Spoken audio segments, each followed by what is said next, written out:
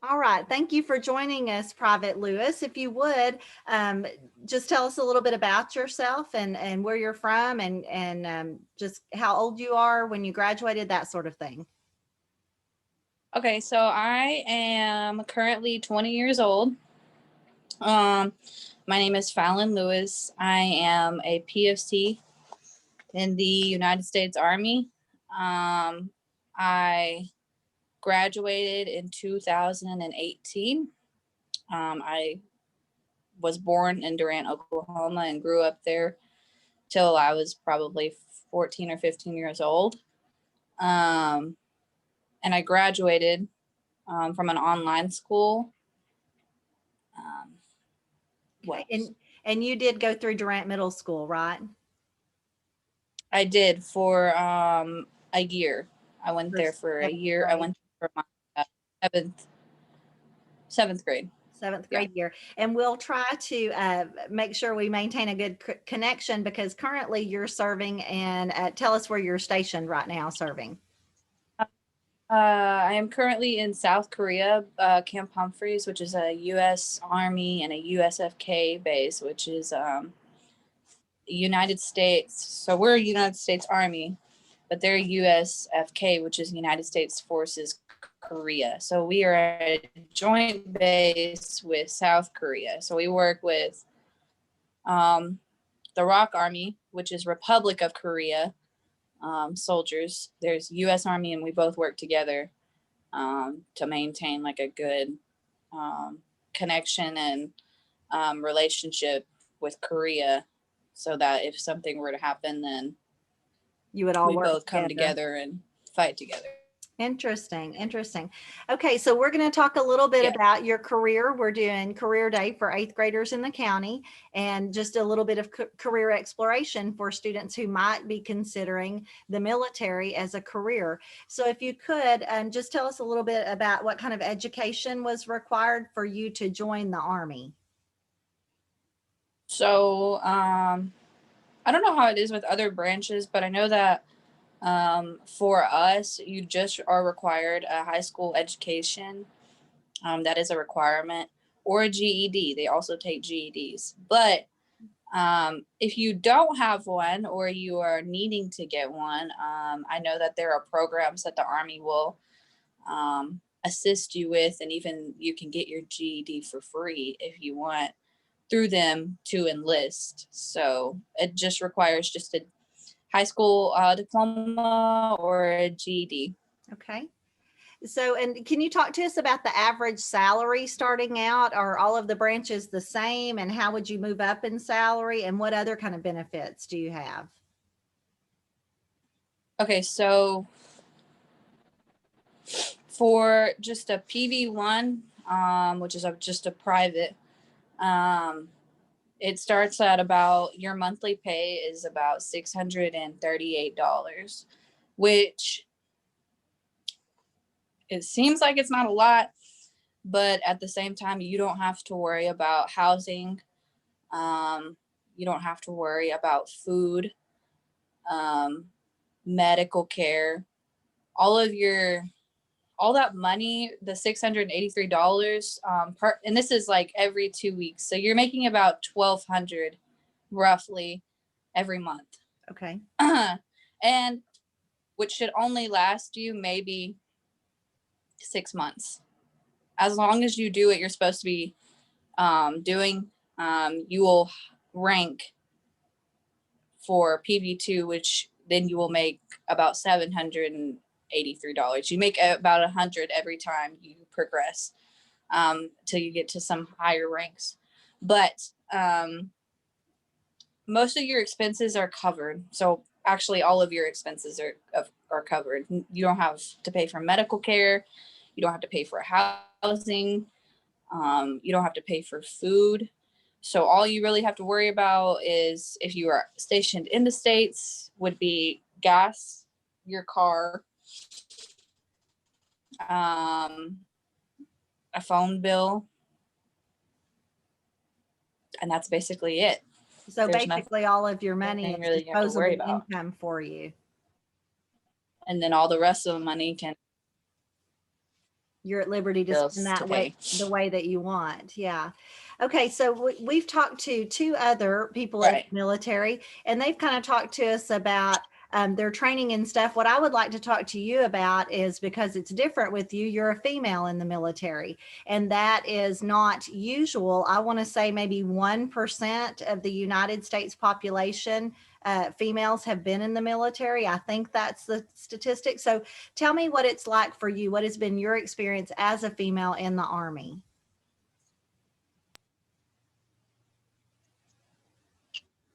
The Army has a set program, and this is not how it used to be, but the Army has a set program to where there is now a program called EO, which I'd like to maybe instill in like schools. But it's called MEO. I'm sorry. They changed it to Military Equal Opportunity. Okay. They used to not have this, but due to just trying to make the Army better, trying to progress the Army, make this a fair environment, equal opportunity makes it to where everybody across the board is equal.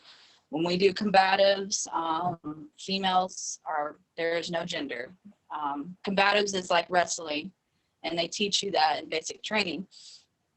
It is simply just you don't have a gender, and that's how it is. But I will say that being a female in the military, or in the Army at least, of course, there is that ratio. So it can be very intimidating. I know that I got out of basic training, and I was stuck in basic training with 60 females, so it seemed like a lot.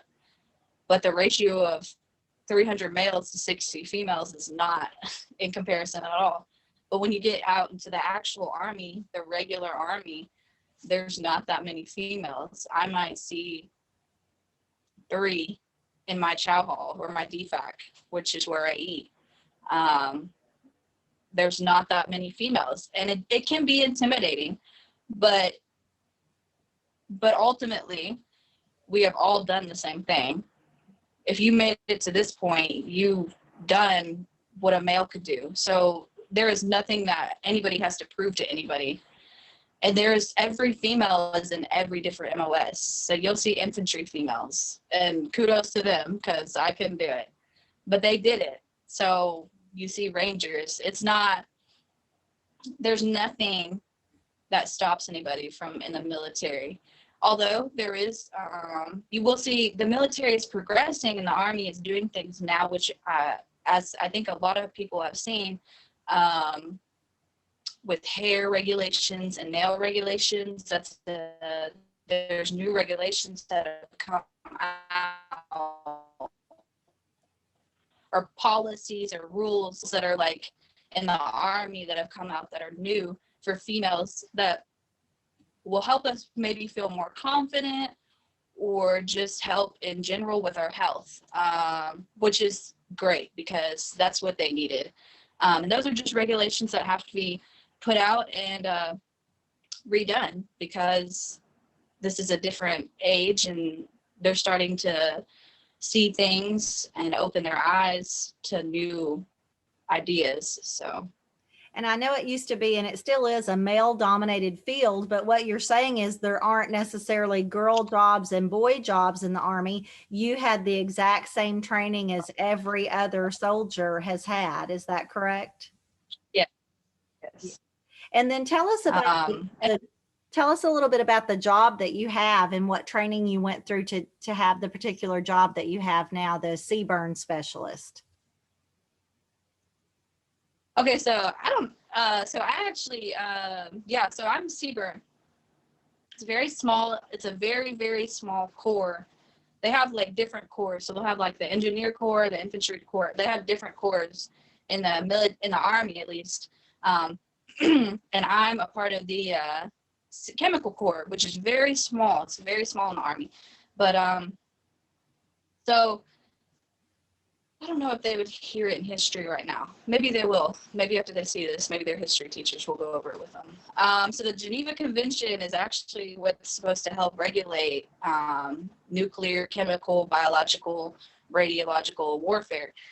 But unfortunately, countries do not follow those regulations and standards, and we still have to be prepared as a force to protect your country to be able to fight against it. So my job is to be prepared at any given moment for anybody to be able to use any type of warfare, which is in my, I only cover chemical, biological, radiological, nuclear warfare. That's what CBIRD stands for, specialist. But I don't cover any rounds or anything like that, or anything to have to do with weapons, just as far, I mean, those are weapons, but not actual weapons. So And so you would go in and maybe help clean up or treat people if there were chemical weapons deployed or gas or something like that, or a nuclear weapon were you'll deployed. see, right, you'll see right now, maybe National Guard is going in and helping restaurants or communities clean up for CBIRN. They're maybe going in and helping because that's our job. In an instance, COVID is actually like a biological warfare, and there's nothing you can do to stop it. We carry it, and that is just the hard part, and that's the hard part to think about it.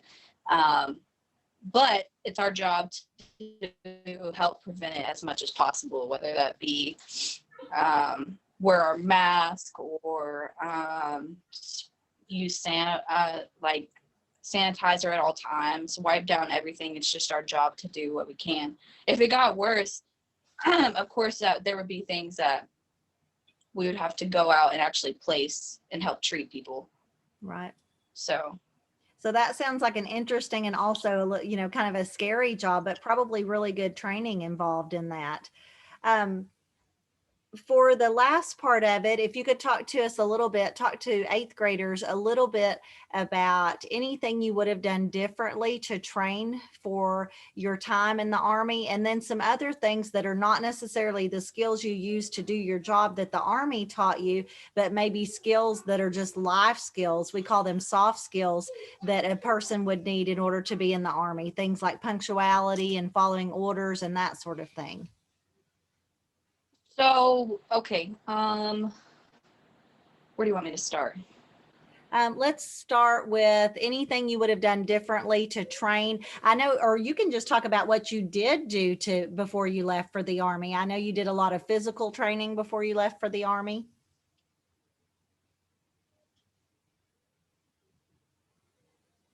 So I did do a lot of physical training for the Army, but I would have done it 100 times harder. What I did not, you can't prepare mentally enough for basic training. You just have to endure it. You can try, but it's just going to happen and you're just going to endure it. Now, physically, I think what I would tell any recruit or anybody who wants to join the Army is be physically fit to your highest ability to be the best physically fit person. So that way you're not having to deal with trying to get physically fit and also having to be having mentally, broken at the same time, broken down. That's a lot to juggle, having to try to be physically fit and be mentally broken down. It's a lot. So I feel like if I could tell anybody anything is I would 100% go back and train harder to meet the standard or higher than the standard, just so that's out of the way and I can just be the best soldier you can possibly be, because you can't mentally prepare for what's going to happen to you when you get there. It's just not possible. I mean, unless you were a military brat, but it's just not possible to mentally. So I would definitely, that's what I would say is just try and be physically fit at all times. Talk to us a little bit about some of the skills that you need that are outside of what the Army has taught you, that maybe skills that you brought in, communication skills or things that you use just in order to get through your day, things that the Army is looking for.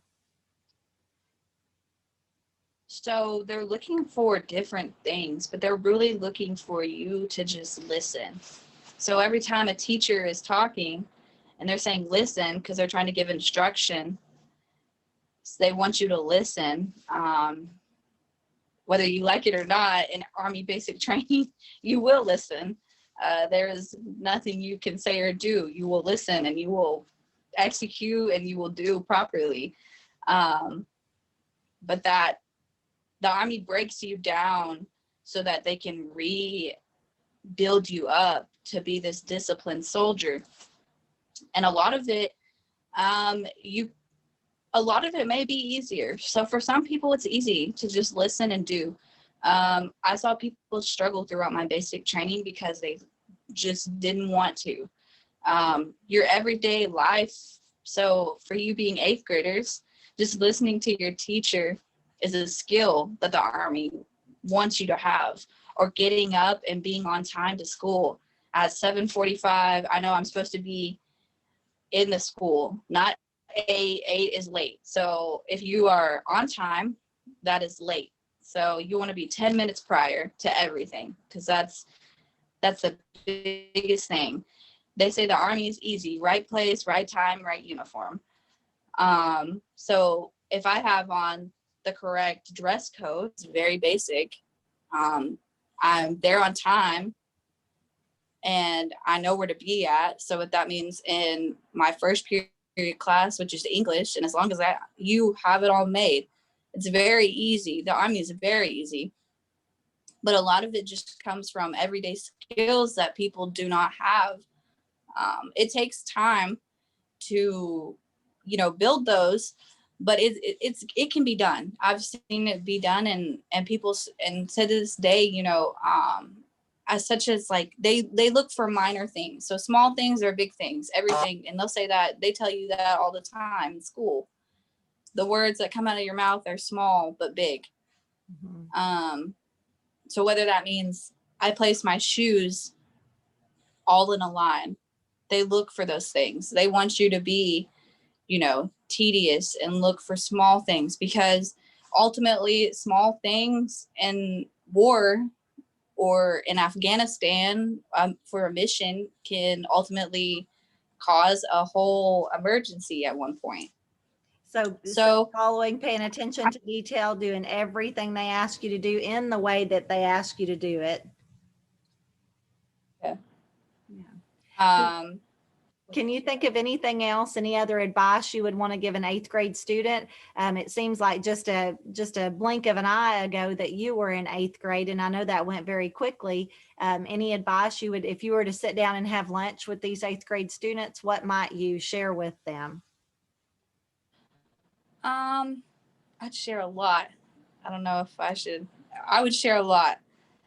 For one, don't be too fast to grow up, because the adulting is not fun. It's easier in the Army. Makes it very, very much easier, because I don't have to worry about a lot. But you still have to worry about, life, everyday life, relationships, family, everything. So it's not as fun. Adulting is not as fun. But I would also say, with this era in time, or this point in time, that we just need to be kind to each other. Life is so hard, and like help each other. Whether that means that kid that's like, I don't know, the nerd of the class, or needs a little bit of help, or ask a question 100 times, like, just be nice to him, or be nice to that female that doesn't have that much money, but she wears those clothes anyways. That's all she has. Like, a little bit of kindness in your school will go so far. And your teachers, ask them how they are. To put it in reference, we have somebody who's way high up, who's enlisted, who's a sergeant major. He's very high up. He's over thousands of soldiers. But he has nobody that rarely he sees that will say, "How are you, sergeant major?" Just simple things like that. Don't be scared to walk up to your principal and be like, "How are you today?" And if it's literally just a good, then that's okay. You just keep moving and just know that they said, "How are you?" Because not everybody has somebody to be there. He's one of the highest people that we have, and he only deals with other high up people who probably have families and other things. So I guess just kindness would be the biggest thing for me. But also just enjoy your time. I know that life gets hard, but you're going to get through it. So no matter what, you don't have to doubt yourself, and your teachers are there to help you, regardless if they're a little bit harder or a little bit cranky. I had a few cranky teachers, but they ultimately had a good heart. That was just their teaching skill. Everybody has different skills. I don't know. I think that's all I would put out there. I I think think that I think that's huge, and that changes the culture of your school where everybody then is included and able to learn together. All right. Well, acceptance is huge. I believe that. I believe that, and kindness goes a long way for that. Well, Private Lewis, I really appreciate you taking the time to visit with us today from South Korea. I can't wait to see you when you're able to come back to the United States. So I just appreciate you taking the time, and it was good to talk to you. All right. Yeah.